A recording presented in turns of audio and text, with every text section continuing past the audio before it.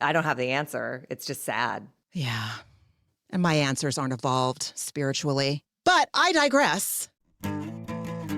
It's time to take A Therapeutic Dose, a prescription-strength reality TV podcast that explores the intersection of reality TV and therapy. Possible side effects may include entertainment, strong emotional reactions, and/or laughter. Here are your hosts, Ramona Ramirez and Margie McGee. Hello, everybody, and welcome to A Therapeutic Dose, where we meet at the intersection of reality TV and therapy.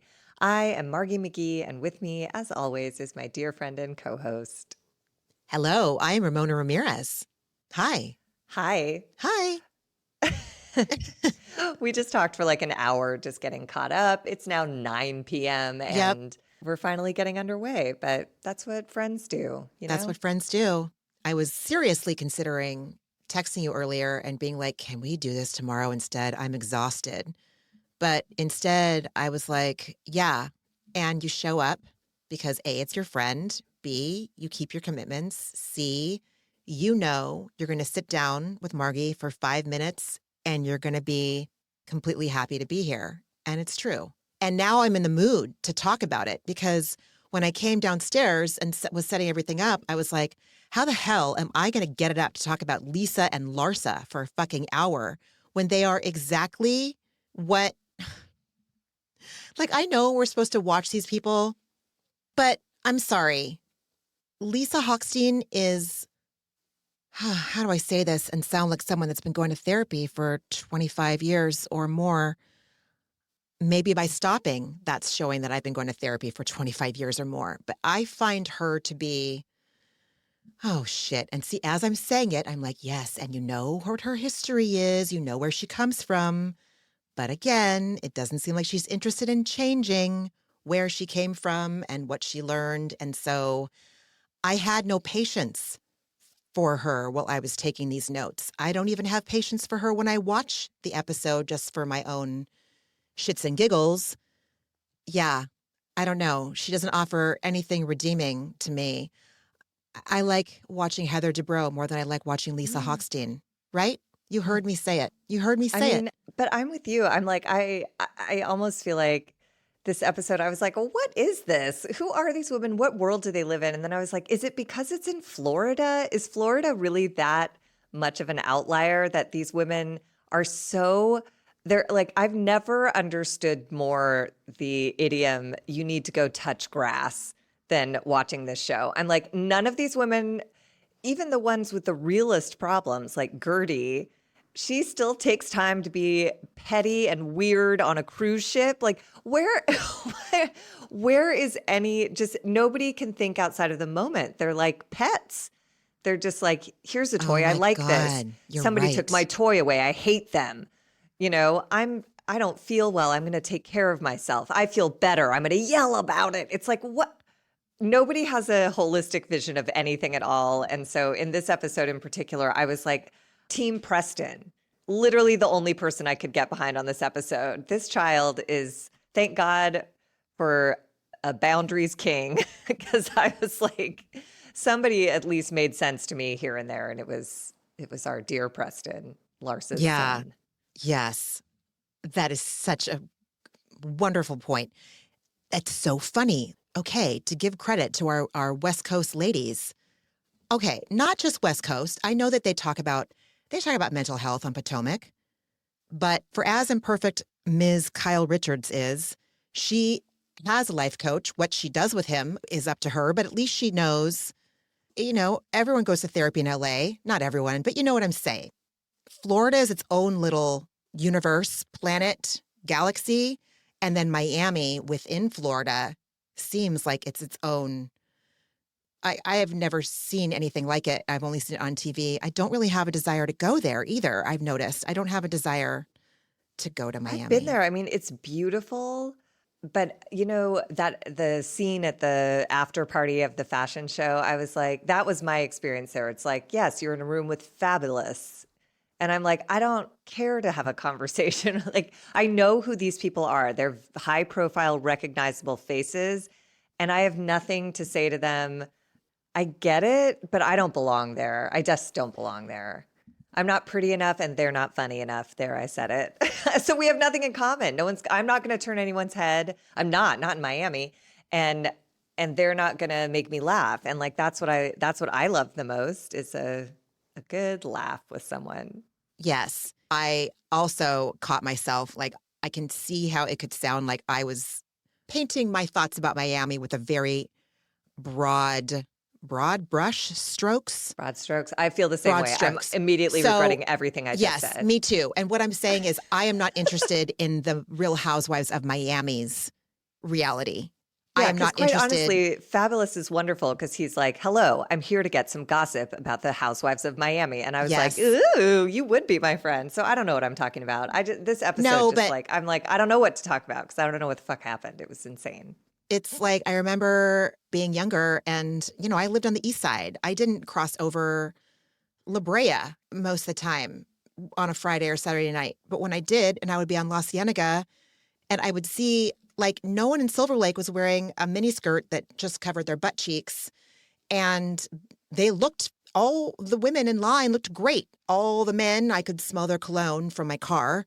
But it's like, that wasn't my scene. I was probably on my way to like the whiskey or the rainbow or fucking whatever. But I was not out to go to Hyde or some shit. You know what I mean? Mm-hmm. But Miami, that nightlife, I mean, these women are middle-aged and they're still looking like the women that were in line. I mean, dressing like even flashier. Like, I don't even feel like people dress that flashy in LA. LA is the fucking West Coast, man. It's still the West Coast. So you're nodding. I know you know what I'm saying. But yes, I am not interested in putting on whatever this year's version of the Hervé Leger bandage dress on is to go get dinner with my friends at a restaurant that's like flashing lights and just so much pink chrome and loud music. Not even when I was young did I want that. So that's the Miami that I'm not interested in. I am interested in other parts of Miami. That's what I'm saying. By the way, I realize I'm so off the mark. That after party was in Milan, for Christ's sake. That wasn't in Miami, Margie. Like, get over yourself. It's 9 p.m. But I don't know what I'm talking about. I did a little background into this designer when I was taking my notes. I love that Larsa was like, he's a huge name. I was like, well, I don't know anything about fashion, so fuck me. And then I wrote in my notes, ask Ramona. Because is he a huge name? Who is this man? He's so mean. I don't know. I don't like him. I feel like, okay, I could be completely wrong, but you know how Balmain was like a huge, Balmain and Balenciaga were like huge with the Kardashians. And they're big in other parts of the world, like Dubai, for example, or Vegas.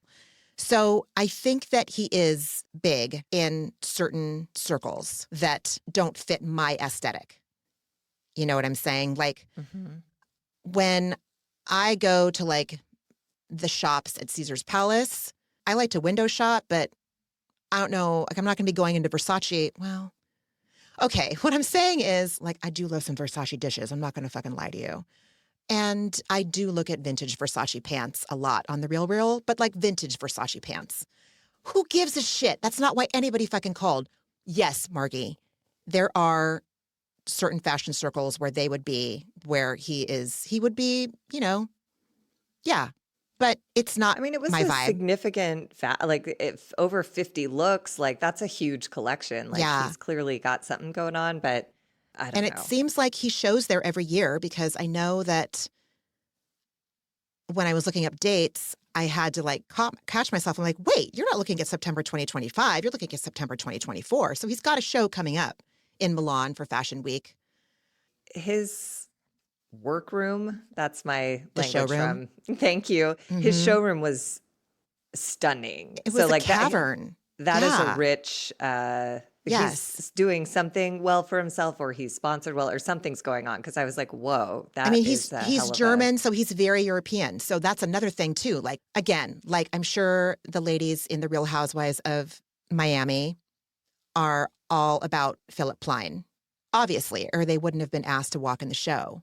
I don't think I've ever seen a Beverly Hills housewife where, right. So I think it just depends. The clothes were cool, but like not memorable. But again, I'm just so the wrong person I'll need you to be the authority on this because I don't know. I am not an authority on Preston Philip looked Klein, great. believe me. I thought he looked great. Yeah. I thought he looked walked great. He looked like did a model. Great job. He really did. And for his first show and to be the second body out on the runway, like I would be shaking. Like that's high stakes. And he nailed it. He did great. Thank God for Larsa, according to Larsa. Jesus He never would have gotten there without her. Seriously. Crazy. All right. So in earnest, let's start. This is the Real Housewives of Miami, Season 7, Episode 2. Miami takes Milan. Okay. Facts. True. So we are at lunch at Tanuki with Lisa, Adriana, and Guerdy. And right off the bat, Guerdy and Lisa are teasing Adriana about her new man. I will say that Reddit is convinced that, what was his name? The Marquis, sorry to that man for forgetting his name. They're convinced that he was hired. He's a hired boyfriend. And I don't even know if they're necessarily referring to him as an escort, which, listen, two consenting people, I don't give a flying fuck what you do. Both consenting. That's all I have to say. I can see that. Sure, why not? Yeah, it was entertaining to read those threads. And also, is it beyond the realm of possibility? No, not at all. No, certainly not. So they tease her for a few minutes and she's like eating it all up and she's, joking about French serum, lol, lol, lol, double entendre, whatever. This is a very Adriana light episode. I was fine with it. I was fine with it. And then they immediately pivot to gossiping about Alexia's bombshell news about Todd. They're confused like the rest of the fucking Bravo fans if Alexia and Todd are together or not. Lisa tells Guerdy that she's been traveling all summer and was just asked to walk in Philip Klein's show for Milan Fashion Week. And Lisa tells them that her dad has had a heart attack. And we see the flashback to her telling Jody that she's on standby. I'm on standby when it comes to my dad, but I have to live my life. And then she tells them that she's off to Milan and she's going to see Larsa at Fashion Week. And she's so mad at her. And then we see the flashback of them at Jody's birthday party with the AC, the great AC. Guerdy says hopefully Larsa won't make it about her in Italy. And I have to remember that if I was Guerdy, I probably would be being snide about Larsa for the rest of my existence as well, given how Larsa was criminally out of fucking line when it came to Guerdy last season, what Guerdy had gossiping about her breast cancer diagnosis that Guerdy explicitly asked her to keep to herself. Yeah, that's unforgivable. And Lisa goes, yeah, because Guerdy's like, hopefully she won't make it about her. And Lisa goes, she would never. And Guerdy goes, would she though? It's like, yeah. And then we head over to Larsa and Preston, star of the episode. They're packing up and getting ready to leave for Milan. Larsa, in a confessional, claims that this designer asked her to walk in his show, but she said no because she was nervous she would trip. Bullshit. But then she suggested Preston walk. And I just have to say, I bet you anything she heard that Lisa was walking in the show. She called this designer and said, can I walk? And he was like, nah, you're not right for this one. And she's like, can my son be in it? And he was probably like, how tall is he? And she's like, yeah, that's what I think. Because I do not think Larsa would have been offered a chance to be in Milan Fashion Week and be like, oh, what if I wobble and fall? No, she would have wanted to do that. Don't you think? I just think she's full of shit all over the place. You're right. Something did seem amiss. I wonder if she was afraid of being compared to Lisa or if they were asked so close together. I don't know. Maybe, who knows? I just found it weird that like once they're in Milan and the fashion designer is saying stuff to Larsa, like he better not fuck up. You got him into this. He didn't say things like, I wish you would have walked in it. I hope I can get you next year. Or like, you know what I mean? He was just I see what you're saying. I see what you're saying. And also, again, I'm just so highly suspicious of Larsa. I just don't trust anything she says or does. I think that shows a tremendous amount of recovery and growth for you, Margie, because if you did, I was actually just going to say, like when Lisa says to Guerdy, she wouldn't. I'm like, magical thinking. magical thinking, like not dealing with what is, dealing with what you want, dealing with, she's my friend. She wouldn't make it about her, would she? But weirdly, I feel like when it comes to Preston, at least, Lisa had the right take. I think Lisa might have been thinking in that moment, like, she wouldn't do that to her son, not when her son's there. And I feel like she had the same thought in the van. And she was like, Preston, I'm sorry we're doing this. Like, you don't, oh, see, I bought that. In the van, actually, I did not, I have notes. No. Okay. No, I did not. I didn't. But I'm the asshole of the two of us. Again, no, don't do that. Don't do that. No, That's I not say true. it. I say it in a self-deprecating. Listen, it's not that I don't have a little bit of pride about being an asshole. I know that it takes, if not everybody can be an asshole. But you have to be an informed asshole. It's like how I will always pitch fart jokes in writers' rooms. A righteous asshole. How about that? But I am now very determined to pitch story-driven fart jokes. Like anytime I pitch a fart joke, it has a purpose to serve in the script. And I feel like if you consider yourself an asshole, it's a very informed asshole. You know, you're doing it because you're saying something because it's grounded in relevant information to the person, place, or institution.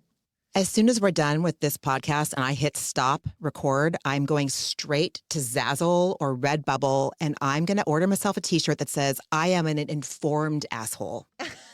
I love that. I'm an informed asshole. Yes. Yeah. I'm not just hating on Lisa because I want to hate on Lisa. I hate on Lisa because with good reason. I mean, yes. And I'm rationalizing. I get it. I'm aware of all of it. Anyway, I didn't buy that she just was like, oh, I'm worried. Like, dude, you're a housewife. Like, you live to be on the stage, whatever stage that is, your OnlyFans, your Instagram, your fucking franchise. Like, why wouldn't she walk in a fashion show? Larsa, you mean? Yeah, Larsa. Oh, for sure. Yeah. I feel like if she'd been offered, she would have been up there. She wanted to go to Milan and not be left out of this occasion if Lisa's going to be there. So she sent her son. Interesting. But then she completely diminishes Preston. She's like, Preston is the creative one. My other sons knew they wanted to be in the NBA. And Preston, he's smart academically and he's sensitive. I was like, can you not treat him like he has an illness or a disability because he didn't want to be in the NBA? Like, I just found her characterization of Preston to be like, monstrous and off the mark. Yeah, I did not appreciate the way she was talking to him while they were trying to get out of the house. I've made it no fucking secret on this podcast that travel anxiety it's a torture. I'd rather have surgery. See, I say that and then I beat myself up. It's like, some people have to have surgery for real. I'm just saying that's how much I can't stand it. Of course, I don't want to have surgery. I don't want anyone to have surgery. I'm just saying that is how I have more calm about, well, if I know they're coming up. You know what? I don't need to go off about this. My point is, I did not appreciate, as someone with massive travel anxiety, who does everything I can to avoid it, and yet it evades me. And I'm not saying that this is Preston's issue. Like, I'm projecting like a motherfucker. Is Larsa. Like this is Larsa doing performative mothering, being like, he's in college, he doesn't know who he is, he wants to be a model, but I have to manage everything. Do you have your passport? Do you have it? We're going to be late. There's only one flight. Do you have your passport, Preston? And he's literally like, can you give me a second? As he unzips his bag to make sure he has it, which he did. Yeah. Shut up. That's not mothering. Nagging incessantly in front of cameras is not mothering, period. It wasn't helping at all. And it made me as someone with ADHD, it really upset me. And as someone with travel anxiety, it really upset me too. But I don't even think she was trying to help. I think she was just trying to look like, the one who knows all the things. But she was her being kid an was asshole doing for great. sport. And I don't. Yeah, she's I had the opposite of informed asshole. She was an asshole for sport. She is an asshole. Period. She really buys her own she's really up her own asshole. In her confessional, Larsa says, if he wants to model, I'm going to do what I can to make sure it happens. And the producer asks Larsa if she knows that Lisa is in the show. And she says, yes, I do. then in the next scene, we see Larsa asking Preston if he thinks that Lisa is going to be on their flight too. And he says, no, thank you to this conversation. This is a work trip for me. And I was like, set your boundaries. Your mom needs to phone a friend. This was beautiful. She goes, do you think Lisa's going to be on the flight? And he said, can I be honest with you? I don't really care to talk about her. This is a work trip for me, and that's that. And I was like, this child is having none of it. Mm-hmm. And Larsa, you can see how reluctant she is to back off. I got kind of like a sinking, sick feeling in that moment. And I was like, she's not going to respect this. And lo and behold, she does not for 1 minute. So there we go. Yeah, don't expect different results. Yeah, Past right? behavior predicts future behavior. Yes. Then we have Lisa packing, and I am Lisa. She's running late and she's way overpacked and asking questions like, I need a hoodie, right? And in this moment, I appreciated Jody for saying, not enough to miss a flight. When I'm in that state of mind and I'm about to be late for, you have to allow like 15 hours to get to LAX, like I can really fuck myself by being like, do I shove one more hoodie in here? I have a sweatshirt, but not one with a hood that zips. What if I need that? Like I can really be a real head case, so... Which comes from anxiety and needing to manage and control everything because, again, here I am conjuring up, not even from the depths of my soul, not even from the limits of what, the limits of my ability to have compassion. She is an adult child of an alcoholic. She's talked about it in 2 out of 2 episodes of this season. I give her that. As another adult child of an alcoholic who also has ADHD, I pack for the illusion of control. I need shit to make me feel safe and prepared for any situation, no matter what that situation's going to be. Fuck it. If that means I'm an overpacker, I'm an overpacker. I just don't want to do it as close to like leaving. It's like if I want to overpack the night before I need to leave for the airport, great. I don't want to be doing it an hour before I have to leave for the airport. So, fuck it. Overpack. Shit. Yeah. Yes. I don't know if you heard Evelyn bark in agreement with that one. So I had this moment of like empathy for Lisa being like, yeah, I understand that kind of packing. And then we get a quick confessional with her where she applauds herself for walking in a runway show with 18-year-olds and going like, I still got it. And I was like, shut up. Like, you're fine, but like, let's not get crazy. I felt the same way. I just, and again, as someone who is, again, firmly middle-aged, where like I can confidently say that my youth is in my rearview mirror, like the second half, however much time I'm graced with having until I leave this mortal coil is in front of me. But it's not, there are no more youth milestones. Do you know what I'm saying? Like I turned 50. Not that 50 isn't young. It's you know what I'm saying? I don't need to should myself to make this point. I understand the fear of losing your youth and what youth means, especially in our society. I get it. I really do. I hate even relating to Lisa, even just like a little teeny tiny bit. It is humbling and shameful.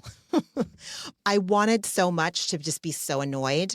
And I was 95% annoyed and also not, because I also like 18-year-olds get to turn 25 and they get to turn 30 and they get to turn 40. And, at the same time, I'm going to be turning X, Y, and Z. And that is still something I'm working on in therapy. Okay, I'm working on aging in therapy. I'm doing it. And it's uncomfortable. My point is, Lisa, it also could be that you were asked to be in this show because you're campy as fuck. And your whole franchise is campy as fuck. And you are a spectacle. You are a spectacle from head to toe. Philip Plein wants spectacle. And you happen to be what people, not necessarily my people, but people's idea of attractive. She is some people's idea of attractive. Well, and they're friends. They're friends. And they're friends, yes. It's not like she went on a go-see with all the 18-year-olds and they were like, ooh, you know what? Get the 5'1" lady. Get the 5'1" lady pushing 50. Grab her. No, your friend knows you, and like you said, knows you'll perform on a runway, and her placement in the lineup was probably intended to energize the crowd after already seeing 49 looks or whatever. So, great. Elisa Hochstein serves a purpose, good for her. But yes. And not that there shouldn't be middle-aged fucking models out there. And I know that that's, it happens every once in a while, and it's a big old splash when it does. It shouldn't be, but it is. And that's just it's also okay that some things are for young people. You know what I mean? Like, I am a huge Kristen Siriano fan who dresses women of all ages, shapes, sizes, everything. But I do also, like, I'm not going to wear a lot of the fashions that are walking runways because I'm old now. I love that young people wear, have you seen these like giant red rubber shoes that look like they're from a cartoon? And they're impossible to get on and off, but young people wear them all around out here. I've seen them on runways and I'm like, hell yeah, fucking good for you.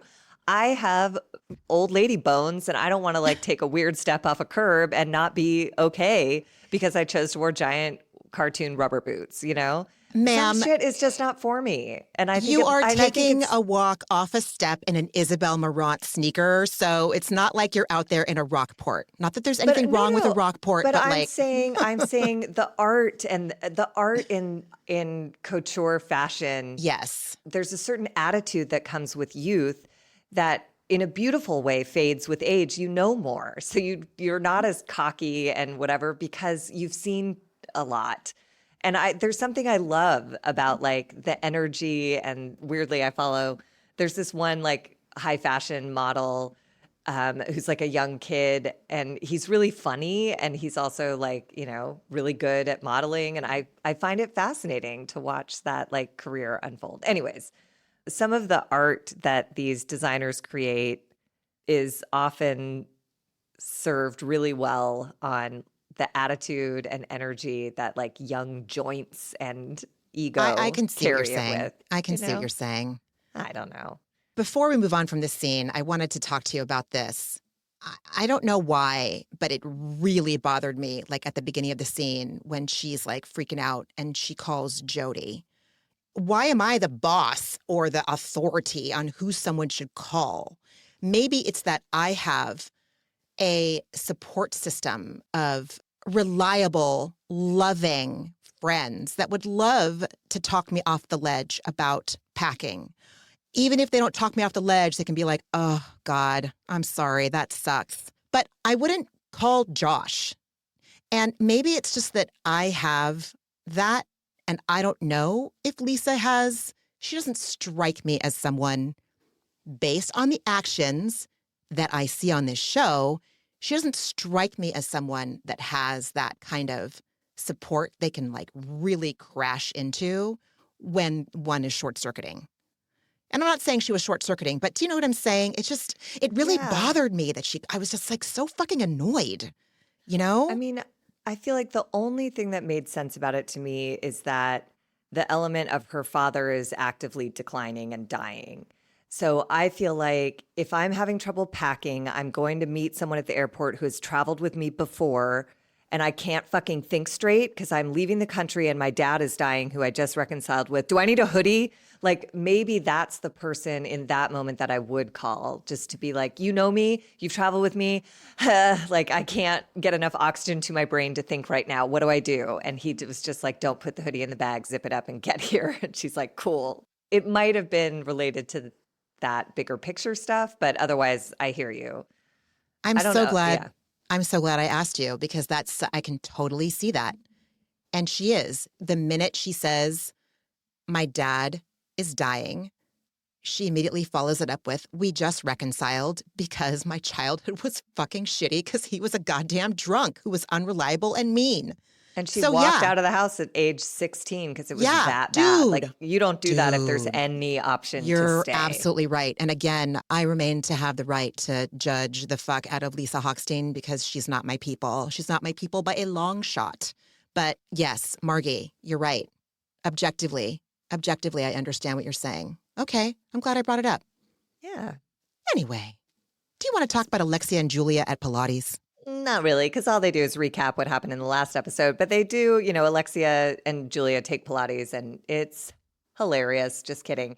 Alexia, after class, says she needs it for her mental health, and Julia rehashes her tension with Guerdy. And it was interesting to hear that it's not just about missing the Zoom call for the adoption announcement that Julia was going to make, that her irritation with Guerdy goes back to Guerdy having offered to join Julia on a cruise after Martina fell ill and was unable to go. Guerdy said, I'll go with you. I'm your friend. And I'll help stabilize you while you worry about Martina and have to show up at whatever this cruise is. And then Julia reads us some text messages about Guerdy not getting a dinner reservation that she wanted. And it pissed her off enough that she blamed Julia for not looking after her better on this cruise. And then Julia claims that Guerdy made this whole cruise about her and her PR needs and her social needs. And this all boils down to Guerdy is not my safe space anymore. And for me, it all boiled down to kind of exactly where we left off last week with the two of them, which is team nobody. Julia, be on time for the Zoom call. Guerdy, be apologetic for not being able to get on. Julia, tell your friend that you adopted 2 boys so she doesn't read it on TMZ. Guerdy, say something better than congrats on new life being brought into someone's household.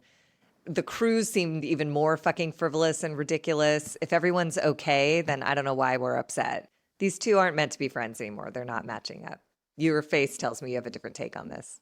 Oh, I have a much different take on this. All right, let it rip. I believe that Julia is rewriting history when she's telling Alexia this story. I do too. I don't think anyone's... Okay, so I have some receipts that I would like to share with the court. If I may, again, we're not a courtroom. It's just that you have the family full of lawyers. I am so enraged with Julia. The fact that she's married to someone as shitty as Martina, why did I give her the benefit of the doubt or think she was good at all? She's got a sob story for sure. Hellacious trauma, unimaginable trauma. I understand, but also gross. You're married to a fucking bigot, dude. Anyway, so Julia again tells Alexia the story about the fucking Zoom. And I want to give you a little bit of a background of what did happen. Okay? And this is courtesy of the Bravo Real Housewives subreddit, sleuths, and also screenshots, receipts, timelines, fucking everything. Courtesy of what? Instagram. So, after the season premiere last week, Guerdy posts some receipts. Guerdy texted Julia and said she tried the Zoom link 3 times and it didn't work for her, asked if she could be sent a new link. We all know that Julia didn't send it and then sent Guerdy that fakakta text that was really just passive-aggressive written, but, you know, like you had to like, is it passive-aggressive? Is it not? What the fuck is up with her? Like, it absolutely is. Right, exactly. Okay, so. You can read it with everyone else is pretty fucking rude. So Julia says you can read it with everyone else, and 3 hours later, she gets a text that says congrats. Which is Guerdy. bullshit. That's shitty. So, again. The news is she adopted 2 boys, which has been her dream. Like, if I'm Guerdy, I receive that and say like, hey, I'm incredibly bummed out that I was not on that call. I don't love that one of my friends made me read this in the press, but I'm not going to overlook the fact that like a great miracle has befallen you and you must be so happy and I am happy for you. You don't just say congrats. That's fucking rude. I mean, it's just pointed. It's like, I guess it's tit for tat. And I guess I don't know where it stops. Like, they shouldn't be friends if that's how they're going to behave with each other. Oh, I don't think they should be friends because I think that Guerdy deserves better. So last week, a few days after the premiere aired, Dr. Nicole posted in regards to Julia's beef with Guerdy, this is the kind of petty nonsense that makes being in this friend group so stressful. Everything gets exaggerated and taken out of context for the sake of making a scene. Sorry, @Guerdy has to go through this nonsense. Guerdy replied to Dr. Nicole, I love you. You know the entire truth and nothing but the truth. I'll just be chilling here with my long-ass receipts as the slander attempts begin. And then she does. So a few days after that, Guerdy posted said receipts on her Insta. She has a screenshot of her thread with Julia. This is from the end of June through the now infamous congrats text. So Guerdy sent Julia a voice memo in June singing Julia happy birthday in fucking French. Julia replies a few hours later saying, thank you, wish we could get together. I'm going out of town next week until the first week of August. So the next text is August 13th when Guerdy texts Julia and says, I tried logging on 3 times. It never worked. Can you please resend the link? Like she tried 3 times, you know? And Julia replied, find out later in the press, bye. So after Guerdy posts her receipts, Julia posts her version of like a Notes app apology, doing like so much damage control. And I'll try to paraphrase it because it's long, but basically she's like, my beautiful souls. And you can tell by the fact that she's opening up this apology as my beautiful souls, that she's referring to the people that are slamming her on her Instagram in her DMs or the comments. This season, you've seen a different side of me. Now, mind you, this has been, when she posts this, there's been 1 fucking episode of the season that's aired. That's it. So she's either like bracing everybody for like what's to come, her shitty behavior that's to be like shown, or it's just hilarious that she's referring to that episode as the season. But this season, you see a different side of me, a side I've struggled to explain. The truth is, right before filming, something life-changing happened. I was given the chance to welcome 2 boys into my life. It was sudden, emotional, and felt deeply destined. The part no one saw was the adoptions weren't finalized. I was living between loving these boys fiercely while navigating legal uncertainty, and I was keeping it quiet. It was fragile, sacred, stressful, which is why I was so cautious about sharing anything with them in writing. Okay, as if they can't... For this very reason, Guerdy posted receipts. Right, but yeah, as if people can't do a recording on Zoom or like get off the Zoom and immediately like put TMZ on speed dial, like Guerdy wouldn't do that. She's posting these receipts because she needs to. I don't know if I would have made the same choice as Guerdy. Like, I will probably never be in the position where I'll need to even consider doing something like this. But if I were her and I was up against this, I can see it. And we know Guerdy's personality. She doesn't take shit. No, but I feel like, again, looking at it holistically, I don't like Julia. I'm team nobody. I'm just saying if I'm Guerdy and I'm really her friend, I'm aware when she says I've adopted boys that there is so much loaded history with that. She's probably terrified, thrilled, all of the things. The last one she had died as an infant, not at her hand. I can't fucking imagine. I would never leave the house if I got a chance, if that happened the first time and I got a chance to have another one. Like, I do think if Guerdy is her real deep friend, you say more than congrats because it's coming with a lot, these kids in her life. It is. And Julia has also, like she even said during this conversation with Alexia, like, well, we're not as close. Like, well, okay, well, why is that though? Because in the texts that Guerdy was showing that she posted, she was being a good friend. And if Julia didn't think she was, then Julia was giving her some fake ass replies because they were like kisses and hearts and like my loves and all this stuff. If she's that pissed off at Guerdy for trying to log on to a Zoom and it's not working for her 3 times and she asks for the link, that's Julia, like she's building a case. Look, I'm team nobody, and it starts with Julia being late for the Zoom call. If you need people to be on your call and it's this important, you get there first, you know? Yeah. Guerdy has a business that she's running and a recovery from a serious cancer that she's treating. Like, you don't fuck with people's time. Well, I don't think Julia's in the right. I'm just saying that congrats is so loaded. It's basically a middle finger to me. If I'm Julia and just got another chance to raise sons, I'm taking that real hard from my good friend who knows where I'm coming from. That's tough. Get it. So when moments came up, like sending that strange message of like, my hands are literally full, I can't talk about it, you'll find out in the press. Okay, I think that's the shitty thing. That's why Guerdy says congrats. I know because why. Julia's being passive-aggressive as hell. And like, oh, you'll find out. But then she says, okay, rude. So she says, the strange message you saw, that was an example of me not showing up as my most present or thoughtful self. And at the time, Guerdy and I weren't in the close place we'd once been. Our friendship shifted, not from anything bad, just life. Like Guerdy getting cancer, Julia? And the subsequent treatment that destroyed her body, mind, soul, and family. And I don't mean destroyed, I mean terrified them. We see Russell in the scene after this. Like, we see him like in visible pain and fear. This is tangible. This is real. It's not an abstract. He was on the brink of losing the love of his life. Remember, they met in fucking high school. My point is that's not just life. This is like, fuck you, Julia. You be a good friend. Well, also when Guerdy, remember, now, again, I'm not fighting for Julia, but remember her partner who we don't agree with, but the person she chose to spend her life with also has 2 forms of cancer and is old. You know, at that time, Julia was also managing that. Again, I'm team nobody, firmly team nobody. It's just that if this is not a friendship, if neither one of them can have any compassion for where the other is coming from and say, it hurts my fucking feelings for you to say, read it in the press, but I get what happened is a huge deal and I love you and I'm excited for you. Or it really pissed me off that you couldn't be bothered to get on this Zoom call and stay there.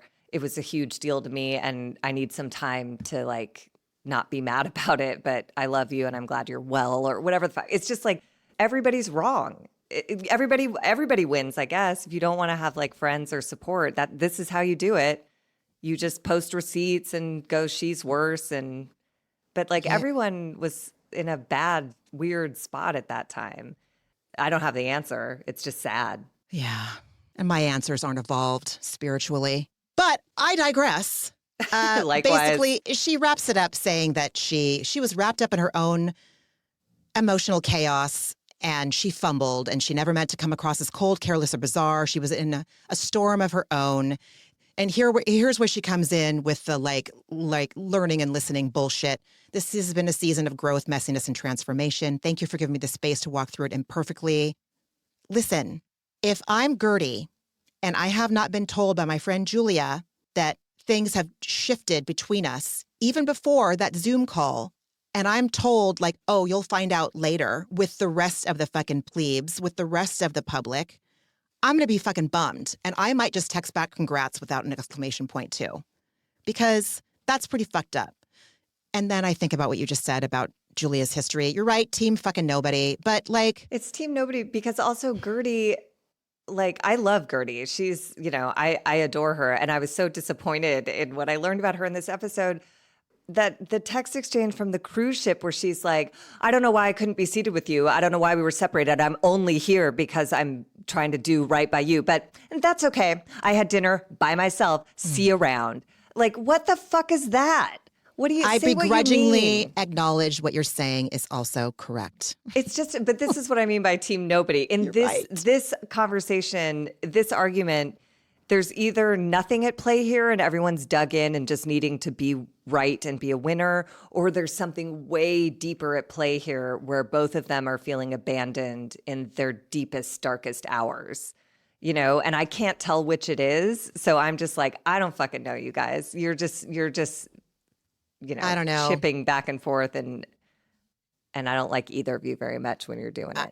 I don't know. I think I can just like imagine the conversations that Martina and Julia are having about Guerdy behind Guerdy's back. And I don't think I like it. I don't trust Martina at all. And I guess I just carry that over into Julia now by proxy.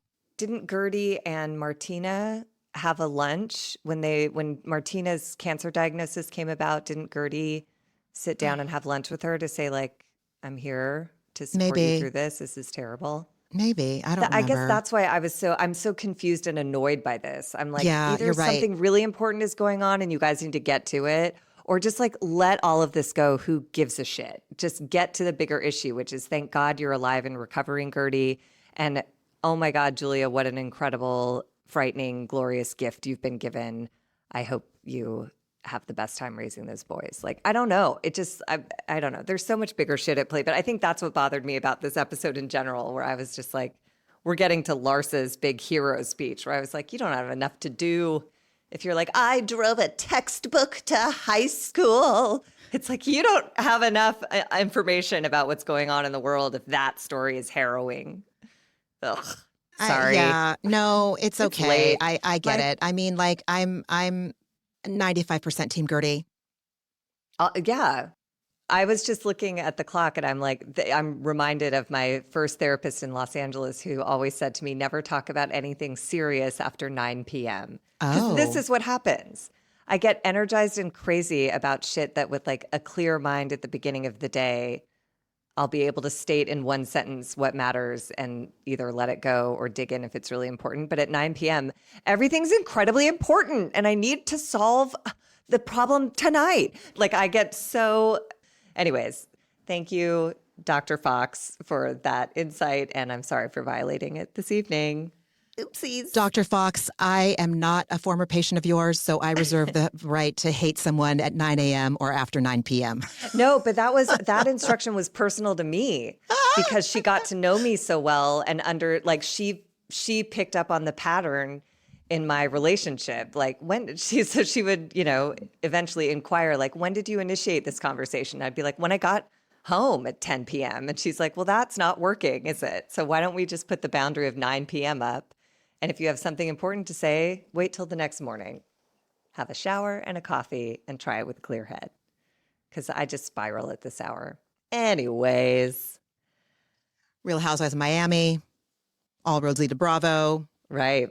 My point is that, yeah, that text over the cruise dinner is what made Guerdy not be Julia's safe space anymore. My God. But like... It's all crazy. Yeah. Anyway. Yeah. If the cruise is the demise of your friendship, then like I don't know. I mean, when Alexia is even looking at you like, what the fuck are you talking about? Like, there you go. What more proof do we need that Julia is talking out of her ass is when Alexia is like, what the fuck? Yeah. And it's like you said, Julia's doing it for the camera. She pulls out this cruise ship exchange. I'm like, oh, come on. Right? It's flimsy. We don't need it's flimsy this. at best. Agreed. That's the word. Flimsy for sure. So then Julia asks Alexia what's going on with her and that she saw on the blogs that a judge told Todd that he had 30 days to move the divorce along or it's going to be thrown out. And Alexia tells her that she's in an emotional limbo and doesn't want Todd to proceed with the filing. A year ago, she would have said, fine, let's be done. But the ball's in his court. She's put 5 months into saving her marriage and she's anxious. And I guess I got to hand it to Alexia for being that aware to say that she's in emotional turmoil. Some people don't even know they're in emotional turmoil. She's very aware. So she is. But again, from what I've learned in therapy, a lot of this is of her own making because as she told us last week, it's been 5 months and guess what they haven't discussed? The fact that he filed for divorce, moved out in secret after planning for a month, securing a separate apartment. Like, they haven't talked about it. So, like, of course you're anxious, but you haven't tried to address it. So she's just like, but I also understand the magical thinking of like, if it doesn't happen, then maybe it never happened. It's like, okay. God, it could not be me. Lord. I am so like, knock, knock, knock. Hey, what's happening? Hey, what's happening? Yeah. Hey, what's happening? Are we going to talk? Are you going to tell me what's up? Yes. I wouldn't have made it 5 months. Every day of those 5 months for me, I would have been like Alexia at the dinner that she hosts later, having every single emotion within a sentence every time I talked. But yeah. It took her I wouldn't 5 have months lasted to 5 minutes, let alone 5 days, 5 weeks. You get it. Anyway, we have Milan arrivals with Lisa and Jody and Larsa and Preston. Lisa's cold, and according to Jody, if she's going to be an Italian model, she needs to get used to the cold. And she corrects him, it's an international model. I'm from Canada. So she tells him that maybe she'll be walking in the Chanel fashion show next year. And I wrote in my notes, no comment, no comment. Not even after 9, Dr. Fox. Not even an after 9 comment. Anyway. And then they all wind up in the same car going to the hotel, and Larsa confronts Lisa. It's a weird configuration. So Preston gets in the front seat of the Sprinter van, and then Lisa and Jody are seated facing Larsa. And I was like, oh my God, what choice do they have? What in the European Sprinter vans configuration is this? And like riding backwards, I would be so sick. After like a 14-hour flight, I would not be well. No way. Oh, I guess it's only like 6 hours for them. But anyways, who cares? Larsa says that she promised Preston she wouldn't get into it with Lisa because this is his trip and his event. And then Lisa, I thought this was nice. I thought it was legitimate. She asked Preston if he's walked before, and he says no, it's his first time. And I feel like that's why she was sweet to him backstage. You know, I thought that these were genuinely sweet moments from Lisa, but whatever. And then Larsa immediately, after saying she promised Preston she wouldn't get into it, she gets into it, picking at Lisa, saying that when Lisa asked her what she is, her answer is, I'm a mom to 4 superstar kids and an entrepreneur. And it hurt really bad that you would say that. And then Lisa says, well, it hurt me when you came to Jody's birthday and called him cheap. And Jody, Marcus said he was cheap. Oh my God. And Jody's like, I hugged you and I was nice to you. And I'm like, are these adults? Like, if I'm embarrassed for Preston to hear this coming from adults, like, you called me cheap and I had given you a hug at my birthday party. It's like, I'm an entrepreneur and I'm a mom of 4 superstars. Like, it's just whiny brats. And Preston is the only adult in the car. And it was very weird. And then Larsa, basically it boils down to Larsa saying that Marcus is just using Jody to get to Larsa. And Lisa is hyper aware of Preston and turns to him and says, sorry about this, Preston. And then Lisa, again, I'm sympathetic and I liked Lisa in that moment, turning to acknowledge Preston and how uncomfortable this must be. And then she immediately buys it all back by pulling the dad in the ICU card, saying he might not make it through the week. And then Larsa just like absolutely drills it down and is like, well, then you shouldn't have come. And I was like, oh my God, this is so violent and terrible. Like, first of all, you know, again, as someone who has a complicated relationship with an alcoholic father, don't tell me where to be when it comes to that person. I will figure that out on my own. It's not as simple as you have a dying parent, if fucking only. So, butt the fuck out. But also, Lisa, when it's time for you to answer for your wrongs, don't go like, oh, my father's in the ICU. Your father who you haven't talked to in like 30 years. So like, let's get our bearings here a bit. She just has to say, sorry, Preston, like loud enough for Larsa. Like she could have just leaned over and been like, oh, dude, sorry, Preston, we're getting into this. I firmly believe I would say this at 9 o'clock in the morning, saying this after 9 o'clock at night. I think that Lisa is doing anything to make Larsa feel bad. And again, I believe that this is Lisa's mom apology tour because she got reamed last year for like looking like a shitty mother. And so I think she's going to try to do anything. And then I hear myself say it out loud and I realize she and Larsa used to be really close. They used to be really close. 15 years. God damn it. And also, in fairness to Lisa, Larsa started this whole conversation in the car by saying, I promised Preston I would not get into it. And then she gets into it. It's like, dude, come on. I do think that Lisa couldn't drop the rope either, you know. She was, I think she was getting a little dig in, like, okay, I'm going to make it look like she's manipulative as hell too. I'm sorry. Probably, but I don't know. I just really like Preston and I feel like he did such a good job managing himself in the course of shooting this whole episode. I'm really impressed with his, I don't know. Poor serenity. Thing did the best he could to take care of himself by like bolting to the front fucking seat. He did, still but didn't protect him. But how great! Like, yeah, I don't know. I agree. I don't think I would have had the wherewithal to do that. I would have been so enmeshed with my needy parent. I would have sat right next to them and been like, "Yeah, mom," you know. Anyways, and then we go to a scene that again just makes me absolutely adore Guerdy for letting the cameras come to this visit, showing everything. We're at her surgeon's office where she's doing a breast reconstruction evaluation consultation, and she exposes her full boobs for the camera, which looked great to me. But she let the doctor take us through, like, this is pulling here from the radiation treatment, and here's scar tissue from the surgery causing some deformity on this boob. And she's happy with one boob because it like jiggles and all this stuff. And then the doctor suggests one more surgery to improve the appearance of one of her breasts that's still a little misshapen from the prior surgery. And poor Russell, we literally watch a man experience PTSD in the moment.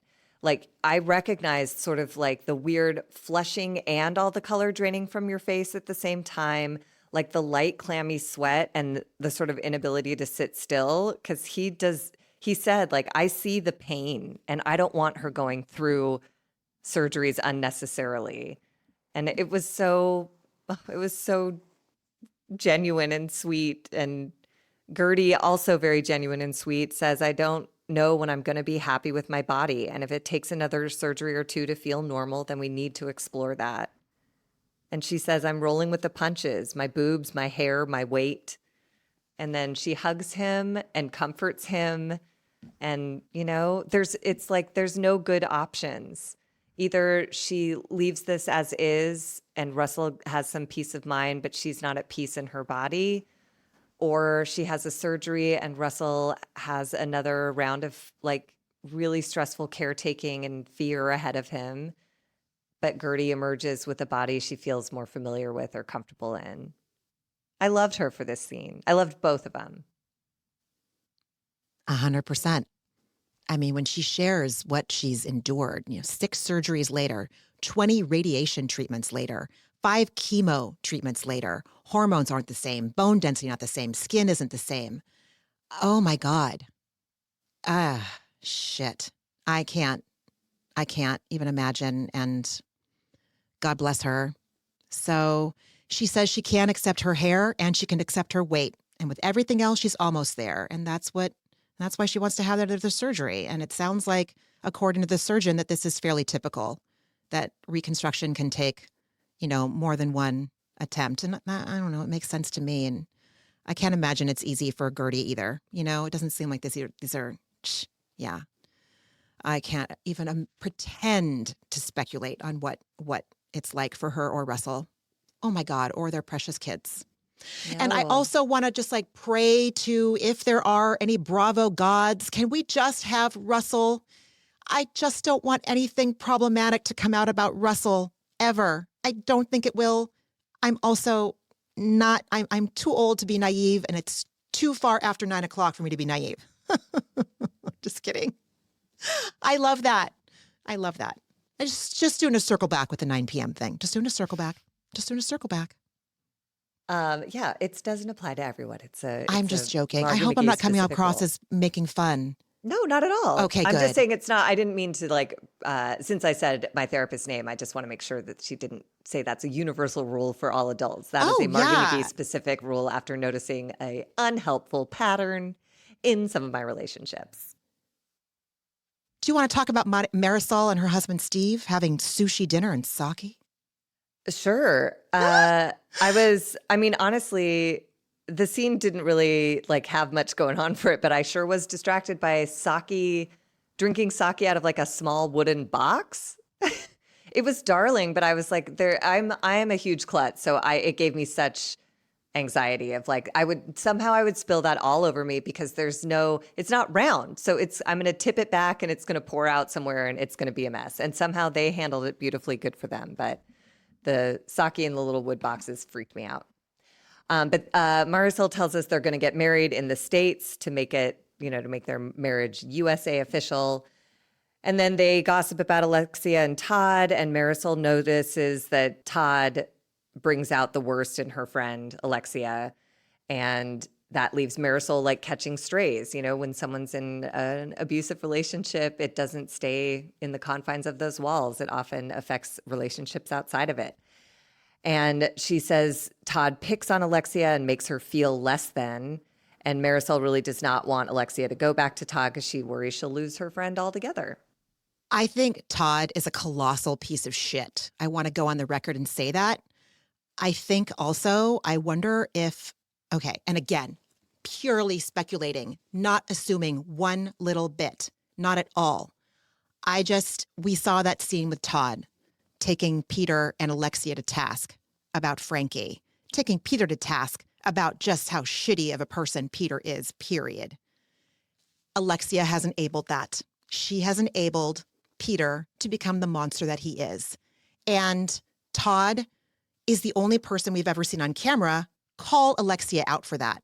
So is that treating her friend like shit? I'm just saying, I wonder if it's a tiny piece of what Marisol thinks is Todd treating her like shit. I wonder if a little bit of that might be that Alexia wasn't stoked on the fact that he was calling her out on enabling her problematic son. But then as the episode progresses, it's just that he's a piece of shit. But it was just a thought that I had. Maybe it's irrelevant. Who knows? I don't know.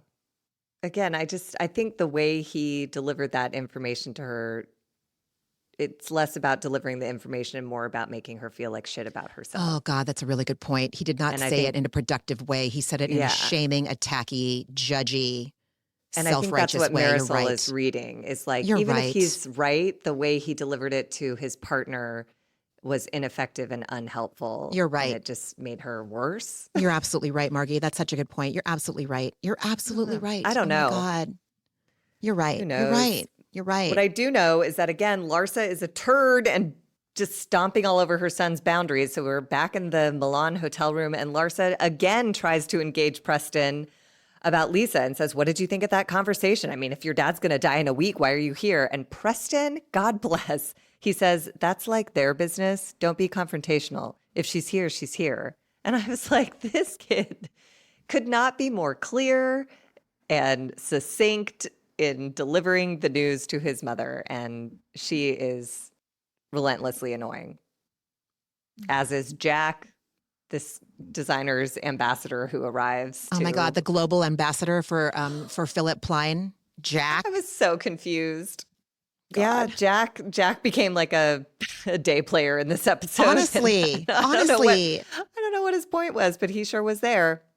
And then we go to Lisa and Glam, and Jody enters, and I replayed this 100 times. I don't know why it got in my brain so bad. Jody enters, and I swear I heard him say some version of what Lisa heard. I swear to God, he said, it's time to get out or something like that. And Lisa goes, what? And he goes, I said, how are you doing? And I'm like, no, you didn't. And I rewound it like 10 times. And I was like, is this one of those, like, do you remember that like Laurel Yanny thing? That like audio trick that if you listen for the word Laurel, you'll hear Laurel. If you listen for the word Yanny, you'll hear Yanny in the same recording. So I was like trying to do that. I was like, what the fuck is happening? He definitely said the word get. He did not say, how are you doing? It was really weird. And Jody, I just find Jody so unnerving. Everything about him makes me feel crazy. And that final picture really brought it home. So good Lord. Agreed. Lisa tells Jody that she needs to call her brother, that she's been getting updates about her dad. And in her confessional, she says her dad's sick. And the saddest thing is I recently reconnected with him and he's dying, but I need to stay positive. And I'm like, oh, sweet summer child. Like, okay. I mean, like, sure, but also like get real about it. Like, and I don't mean get real. I mean, like, you need to come out of your denial about how complicated this is. And this is not just like this is going to have a neat little bow. That just ain't how it works. Whether or not he's dying or not, like if you just reconnected with your alcoholic father, then yeah, it's going to be complicated.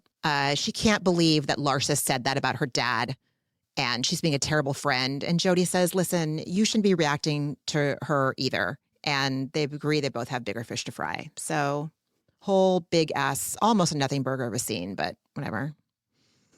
Then we get to a big meaty burger of a design studio and we go to Philip Prim. What's his name? Plein. See? Plein. I just wrote Philip. And this is where we get Larsa's ridiculous confessional. Preston is at the studio for his fitting for the fashion show. And Larsa in a confessional says she would do anything to make sure her kids get what they want. And then she tells the story about her speeding in a luxury vehicle designed to operate at top speeds to bring a textbook to school for Preston. And she lowballed a janitor and paid him $50 to let her in. And she makes it sound like this was the most incredible act of whatever. I'm like, so you drove in like a really comfortable car and you brought a textbook to a very familiar place and you paid barely anything to a person who could have used a lot more and you have a lot more. And we're supposed to applaud you. We're supposed to find something noble in that. Congratulations. And this is where I was like, your life is too easy. You need to touch grass. And then she says that I'm investing in my kids. So after the fruits of my labor pay off, they'll come back and take care of me. I was disgusted. It is not meant to be a transactional relationship. It is selfless, hard. Obviously, it's thankless at times, but damn, dude, isn't seeing how self-assured and seemingly at peace he is with himself, if that isn't enough, you need to fucking look at yourself in the mirror, dude. Ew. And Preston really held it together in front of this. I wrote, Philip is a rude cunt. He was like yelling at Preston about like, don't wear a t-shirt under the shirt. This is not America. This is Milan, blah, blah, blah. And then Preston comes out dressed and he looks great. And this guy immediately goes in on the shoes. Those shoes look like they're tied by a toddler. What the fuck are you doing? You don't know anything. Larsa, you made this happen. He better not fuck it up. I was like, this is awful. Retie the shoe. Show him how you want him tied. He looks great. Or if he doesn't, fire him. Like, why just abuse someone? As my friend Drew Droege says, bitchy is not a personality. And this guy was just going all bitchy, and it was unnecessary, and it is not a personality. It's lame, I thought. Yeah, it's lame and inappropriate and excused many times in like high glamour jobs like this. This is a kid. He's a college-age kid. Just show him how to tie the shoe how you want it tied. He's from America. I don't see Preston getting rattled by Philip Plein in the marble cavern showroom. God bless. You're with right. chrome and just lots of silver. Wild way to spend your energy, Philip. Back in Miami, we are at dinner with Alexia, Marisol, Kiki, Julia, and Alexia's bestie, Johnny, and two of Johnny's friends. And Alexia misses him because he moved to Madrid. He's the same age as Peter, actually. And I was like, oh, doesn't act like it. Anyway, so she threw him a surprise dinner and makes a point of saying Guerdy and Adriana didn't make the list.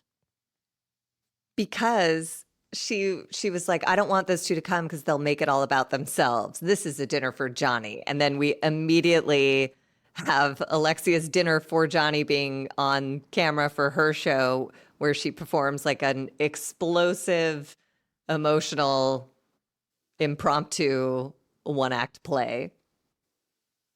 Bruh. But God bless. But not before everyone talks about uncircumcised dicks for a while. Yep. Which leads to more discussion of Johnny's dick, which they all last saw flopping around without underwear on under silk pants. And we get a flashback to that. I'm like, what is this show? What is happening? Okay. Flashback to Johnny's dick in silk pants, I guess. Fine. And then Alexia makes it all about her. Johnny very nicely booked Alexia a flight to Madrid when all the stuff with Todd moving out happened. And Todd now has this 30-day notice to take action on his divorce filing or throw it out. And Alexia says the ball is in his court. And I think it was Johnny or someone else at the table was like, or in yours. And someone else was like, you need to decide what you want. Do you want to like wait around for him and keep feeling like this? And Kiki in her confessional says, girl, you got to get your power back. And speaking of power, I think the most telling statement in the scene was Alexia tells us that Todd didn't like how he was portrayed on the show because he couldn't control it. And although Alexia offered to step down from the show for him, he said it was too late, and that Todd doesn't like the power the show gives me. And I feel like that tells us everything we need to know about Todd. Everything we need to know about Todd. Disgusting. And Marisol has like a pretty viable conspiracy theory here, saying that Todd, this is all just a grandiose setup from Todd. He's soothing and calming Alexia because the TV show is shooting and he wants to come off well and control his narrative. And that seems reasonable based on who Todd is. Yep. And then at some point, Julia says quietly, sounds like a narcissist. He's a narcissist. And Alexia says, one day he's high, one day he's low, one day he's hot, one day he's cold. I don't know him. He's a total stranger. It's like I've been sleeping with the enemy for 8 years. I was shocked that it's been that long. I was shocked. Yeah, she tells the group that he doesn't give her the emotional safety she needs. And I said, give it to yourself. Maybe not all of it all the time, but give yourself the foundation of emotional safety. Be able to rely on yourself.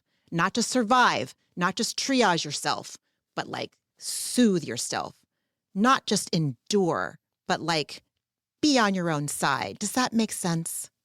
It does. I'm giggling because you're talking about emotional safety. And in the next like 25 seconds, Alexia goes from screaming on a soapbox about your fake rented apartment. I drive your fake rented car. I'm weak when it comes to this man. I allowed this to happen. They should all die. They're terrible. They're monsters. You've been remembering how Frankie moved out in front of, like, she's all over the place in the course of like a matter of seconds. She's like yelling and crying and ending it by going like, you know, fuck him. I need your help. Like, it was just so intense. The emotional instability she was demonstrating does not indicate this is someone who could receive the very wise feedback you're providing her. Because she ends by saying, I'm still attracted to this fucking asshole. I can't go back to this guy. You have to help me. But it is kind of sad. It is like that addiction thing where like she knows this is destructive and terrible for her. She articulated all the reasons why and ends by saying, you have to help me because I'm going to go back. Yikes. Oof, God. And I think it's part of it. I think that they do that. That's by design. Like there's toxic relationships and then there's toxic relationships with personality disorders, people with personality disorders like narcissism or sociopathy or fuck it. Those are enough. We don't need to even go beyond those two. That's enough. So then we go back to the fashion show. And again, Lisa is feeding her ego, which is not it's a house made of sand, made on sand. It's a straw house. I look amazing. I'm going to show the 21-year-olds what's up. Bruh, it's not a competition. Like it's apples and oranges. It's just, no, let it go. So Jody finds Larsa and the Philip Plein global ambassador, Jack, and they all sit together. And Philip Plein introduces the show and tells the audience they have the best time of their life. Okay. Have the best time of your life at my fashion show. The show starts. Preston's the second one out, and I thought he looked hella profesh. He did great. Yeah. Larsa's proud. And the global ambassador makes a real pointed point, a point. He makes a point of asking Jody, oh, what number is Lisa coming out? And Jody's like 50 something. And the global ambassador said, well, Preston was number 2. So he basically opened the show. And he and Larsa put on like the biggest, snarkiest deal and compare it to Lisa's coming out later. And I just think it's gross. Like, not only Team Nobody, like the bar is subterranean, Larsa Pippen. Like, come the fuck on. Also, Larsa, what number are you in this show? Oh, number nothing. Okay, so like 50 whatever, you're sitting in the house. So save it. And then Larsa and this brand ambassador take a very conspicuous selfie while Lisa walks, and it's just petty and stupid. And so stupid, dude. So stupid. And then we're at the after show party, and Jody congratulates Lisa, and Larsa congratulates herself for getting Preston to succeed tonight, I guess. Good Lord. And Lisa and Larsa decide to set aside their beef for the night, but they do interact with Fabulous and present their cases to him. And he tells them both, basically, both of you can stop what you're doing. Stop hanging out with her ex. Stop being disrespectful to your friend. And they're both such weird narcissists that they're like, he was on my side. I won. I've never seen anything like it. I want to back up real quick. Oh, sorry. No. You don't have to apologize. Larsa says on camera, I wasn't sure Preston was going to do a good job, but he killed it. Are you fucking kidding me? Leave the first part out, you asshole. Just say he fucking killed it. No matter what you thought or think, just be a person. He's your child. Stop it. Ugh, I was disgusted. I can't stand her. Me I was too. disgusted. That poor kid. Oh my God. And then it gets real scary. Then it gets real fucking scary. Lisa tells Larsa that Jody is going to be mad at her because he told her he feels alone and left out. And I was like, your girlfriend just did a fucking fashion show and he reminded me of Apartheid Clyde in here. I am not going to lie to you. Like this weird sociopathic venture capitalist out of reality kind of tech dude that is so high on his own supply and whatever he had in the AC room, like that is terrifying. If anyone doesn't see that this is her night, like however much I can't stand her, like if you do a fucking fashion show, like you're going to be high on endorphins and shit after. You want the champagne, you want to mingle. And like Larsa said, it's our fucking job to be here. We are working right now and this is part of it. And for him to be so gnarly, like gross, dude, gross. Ugh. Yeah, and he just straight up disappeared. Lisa doesn't know where he went. And I think that's the spookiest part. Like, okay, if you feel left out and you're annoyed that the woman who was a bitch to you at your birthday party is your wife is or girlfriend is hanging out, I get it, fine. But just say like, I'm going to be at the bar down the street. Like, I don't want to spend time with whatever. Like, there's a way to do it without just sending vague kind of threatening text messages and then just disappearing. And then we get a little chyron on screen that says something to the effect of like the cameras went down after this moment, but the beef between Jody, Lisa, and Larsa continued. And then 1 week later, we're back in Miami and the women pass around a photo of Jody on the red carpet that night with pupils the size of potholes. Like they were so large and dark, it was insane. And they were also sort of heading different directions. The eyeballs were also sort of akimbo. It appears more AC was in the mix in Miami. So, and like Lisa, again, I don't care for this woman, but just as like, just recognizing my own reactions to like someone being like that when I didn't have like recovery or therapy, you know, just like that terror. Oh God. Like when he said, Jody's going to be mad at me, like it was not an adult woman saying those words. It was a child. It was coming from the terrified child part of her that she said that. And she immediately was like taken out of her party and it was all about Jody. And I was disgusted. So and again, it was her night. Her dad is dying. Yeah. Jody, take a back seat, sir. Dude, please. Go to fucking Mars already. Go to Mars. You and your other not all tech guys, but you know the tech guy I'm talking about. You know that brand. Go to Mars. Go occupy it. Bye. See ya.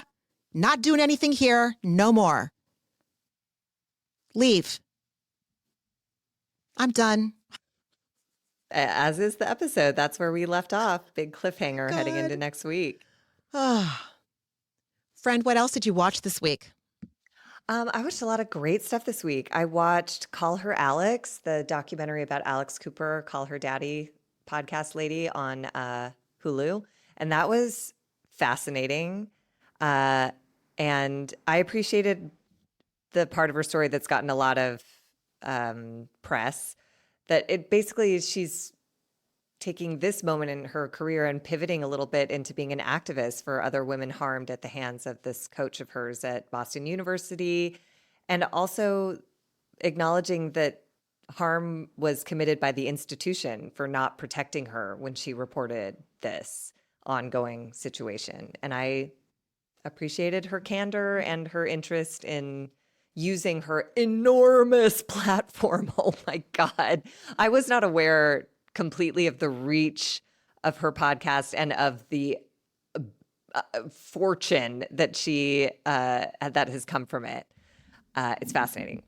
And then I watched Next Gen NYC, which I really, really love. I think it's so good. And Riley, Candy's daughter, had this incredible moment on this episode, this like really honest, outstanding moment where she was microaggressed by a couple of white entitled rich kids with no familiarity of what they were doing. And she broke down in tears and just like exposed the pain of it in the moment, explained why it was harmful and hurtful what they said. One of them understood, the other one had no fucking interest, totally dismissive and awful. And then she called her mom to talk about it. And Candy had one of like the most clear and supportive like mom monologues I've ever heard on a phone call. And it was great. It was great. That's when these shows are like really valuable, because microaggressions and all that stuff, they don't happen in a vacuum. They happen everywhere. And this was really interesting to see in real time how it affects a human being, and to see that some people will give a shit and care to understand or learn something, and other people will just try to literally run away from the problem. Anyways, it was great. How about you? What did you watch? I watched Love Island. Yeah, it is just holy shit. Like, I could not talk about that show. Just like I couldn't talk about The Secret Lives of Mormon Wives, I also could not talk about that show. I don't even know if I'm entertained, but it is, I think I'm more just like, what? But I guess it's also entertaining. I don't know, but let's see. Is it 7 nights a week? Is it every night? I think it's 6 nights, because Wednesday's that weird like recap night. Oh, that's right. Because the promo says every day but hump day. Yeah. God. Now it makes sense. Hilarious. Yeah. It's just so much. It's a lot. Hours a week is so much. Yeah. And I'm trying to keep up as much as I can, because I know I didn't last season when I watched it, I wasn't aware that it's on every night. And I was like, why can't I fucking catch up? And I was like, 30 nights? Jesus Christ. Like, in this economy? I allotted myself 1 episode of the last season of Big Mouth. I'm going to stretch it out, and I'll probably end up watching it 3 times, but like, fuck yes, dude. One of the just top tier. So good. I watched Love Hotel. My God, like such a, okay, fine. Like great, but it didn't even need to be 8 episodes, whatever. I watched The Rehearsal, the first 2 episodes of season 1, and Josh and I watched it together, and like, we could only do 2 episodes at a time. Oh, it's like heavy. It's heavy. Yeah, it's heavy. Never seen anything like it. Fascinating. Can't wait to watch more. And then the best piece of television that I watched this week was the Titan documentary on Netflix. Oh. Now, I don't know if anybody was as obsessed with this submersible disappearing as much as I was, because it was during like the orcas versus the billionaires, and I was firmly fucking team orca, obviously. But like, I was like, oh, so who went to their salty demise because of hubris? Okay. I can't recommend it enough. Chilling. This is now the 3rd. I will snort up anything I can about this. Podcasts, think pieces, Reddit subs. Like, the Titan documentary on Netflix blew the one on Discovery ID away, and that one was also very good. So that is what I watched. Can't recommend it enough. I love it. Yeah, I got to watch that. That's so good. Because I remember discussing it. It was right when we'd first started this podcast that happened. Because we were doing an episode with that. Remember on the news, they had the counter of like hours of oxygen left? Yes. And we were recording at a time when, like, by the time we're done with this recording, either they're going to be okay or not so much. And like, that was, those were tense days. But then I guess we've come to learn that it was very swift and, it was swift. Awful. Yeah, it was swift. And yeah, I mean, yeah. And there was there's a young person in there. So that, again, there was a young person in there, and that is terrible. Terrible. That should, what the hell? Yeah, I got to watch the documentary to see how that was even fucking allowed. How do you allow someone I got to watch the documentary. You got to watch the documentary. All yes, right. yes, okay. yes. I look forward to it. There are a couple of passengers on that vessel that I absolutely have. I feel bad for them, and then the others knew what they were doing. Watch the documentaries. Yeah. Anyway, yes. Will do. And friend, what was your antidepressant? We talked about it a little bit before we started recording. I'm finally pitching the show that my friend and I have been working on for like a year now. And it's so exciting. We did so much hard work and we're really proud of it. And we love it so much and it's being well received. And there's no guarantees for anything in this town, but it's just really nice to, working on something in a vacuum can feel a little strange, and you go through lots of crisis points where you're like, is this even funny? Is this worth anything anymore? Like, this idea is a year old. Does anyone give a shit? Like, it's just nice to take it out and be energized by pitching it and to feel engagement in the rooms with these people. It's been nice. So it's satisfying to like complete hard work and get to, again, nobody knows what will come of it, but it's sort of like preparing for a show and then doing a nice long run of the show. So we're in the middle of our run of the show and it's really fun. So I'm enjoying it. I love it. Yeah. And after all the slogs of like rehearsal upon tech days, which are terrible, and then you do it and it's with an audience and you're like, oh, I remember why I love this. Yeah. This is great. The life is breathed back into it. Mm-hmm. Yeah. Good. And after all the things that we'd like talked about and cut out of the pitch, but they're coming up in the conversations we have after delivering the formal pitch. So we're just like full of like excitement and information. And it's like, it's a joy. It's a true joy. I mean it. So that is an antidepressant right there. Love it. And how about you? What was your antidepressant? So last time we recorded, my son was just really, really sick. Still unsure what happened. Probably just good old norovirus. But it took him out. And he started to bounce back on Monday. Josh went out of town Monday morning and he just got back today. So Leo and I have been together just hanging out with each other for 4 days and we had so much fun.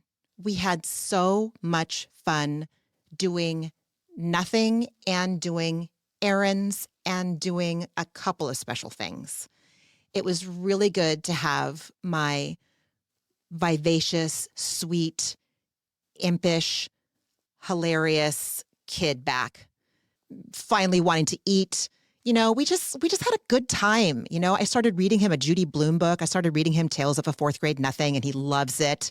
And he said that he can't believe how mean those parents were. And I said, oh, so me and Papa are like that? And he said, no, not at all. And like you and I were saying, like we never even blinked at those parents when we were reading it. I think I owned that book. I probably still have it somewhere. But my point is that I had a great time with my kid and got to share Judy Blume with him. And I don't think he had salmonella.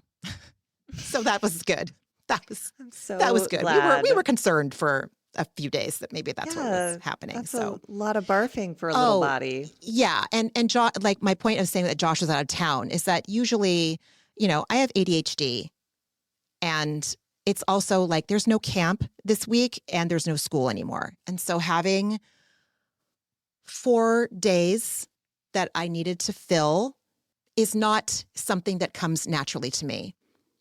But I did it and I didn't have to bombard my husband at any point, like going, oh my God, I'm fucking flailing here. I can't do it. And like stress him out when he's in New York and can't do anything about it either. So very simple things that made me very happy. Mm-hmm. That's what it's all about. Yeah.